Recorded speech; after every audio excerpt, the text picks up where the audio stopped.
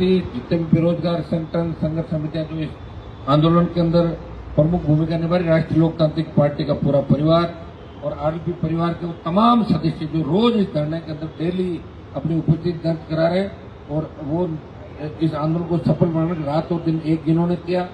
हमारा गिरफ्तारी का कार्यक्रम रहा, एक दिन हमने जेल भरो आंदोलन किया और 1 लाख जवानों की रैली करके संदेश दे दिया दिल्ली तक कि अब राजस्थान का जवान रुकने वाला नहीं है।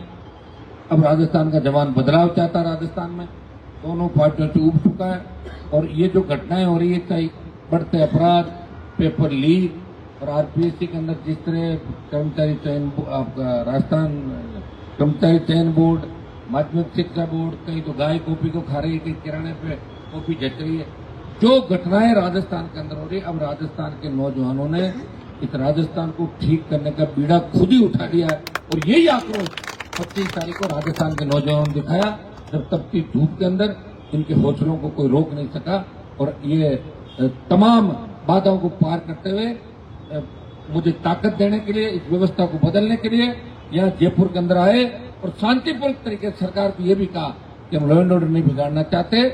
कुछ उस दिन अगर हो जाता तो बहुत बड़ा संघर्ष हो जाता, लेकिन हम संघर्ष जीत कैसे हो।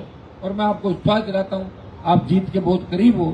कुछ कारण हो जाते हैं जिनकी वजह से हम आपस में बैठ नहीं पाते, कल हम बैठ जाएंगे सारे और बैठ के तय कर लेंगे कि इस आंदोलन को राजस्थान में नई दिशा कैसे दें और किस तरह हम इस आंदोलन को मजबूत तरीके से रेलवे ट्रैक, हाईवे, प्रधानमंत्री आवास, राष्ट्रपति से मिलना, जितने भी हम कर सकते हैं, इसको बैठ के एक बार 4, 5, 7, 10 लोग आपस में सलाह मशवरा करके इसको हम आगे रखेंगे। आंदोलन अपना जारी रहेगा जब तक SI भर्ती रद्द नहीं हो जाती, आरपीएस का पुनर्गठन नहीं हो जाता। राज्यपाल से मिले थे, उन्होंने हमें आश्वासन दिया। मैं आपको विश्वास दिलाता हूँ राजस्थान के जवानों का कि हम टाइम पास नहीं करें। कई लोग कह रहे हैं कि इनको तो मुद्दा मिल गया, मुद्दे तो राजस्थान में बहुत सारे हैं, यहाँ तो हर दिन मुद्दा है। कभी जोगाराम की पोती नकल कर रही, ये भी मुद्दा है, तो उसके लिए थोड़ी आंदोलन कर रहा हूँ। हाँ, ये बयान हमने दिया, हर मंत्री भारी भ्रष्टाचार करा, करीब करीब महकमों के अंदर देख लो, 9 सीटों को मंत्री बना दिया।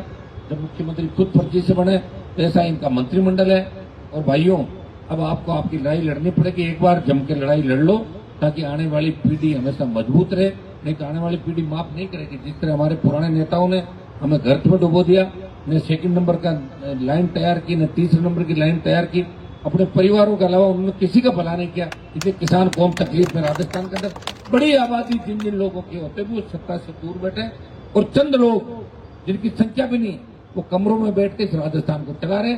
हमें इस बात का ध्यान देना होगा, हमें संगठित होना पड़ेगा, तमाम किसान कौमों को संगठित होकर राजस्थान की सत्ता पर कब्जा जब तक नहीं हो, जब तक दिल्ली के अंदर हमारी मजबूत पैरोकारी करने वाले लोग नहीं बैठे हो, तब तक आपको एक राय होके, एकजुट होके लड़ाई का जो मामला वो लंबा है, धैर्य के साथ आपको इस लड़ाई को लड़ना होगा। निश्चित रूप से जीत आपकी होगी, लेकिन आप धैर्य जल्दी खो देते हो। हाथों हाथ रिजल्ट चाहिए, हाथों हाथ रिजल्ट नहीं मिलता, बहुत समय लगे। हाथों हाथ तो पर्चियां खुलती है, तो भजनलाल की खुल गई, या लॉटरी खुलती है। तो पहले लॉटरी के टिकट लोग लेते थे, कईयों खुल जाती थी, कईयों में नहीं खुलती थी, घाटा लग जाता उनको।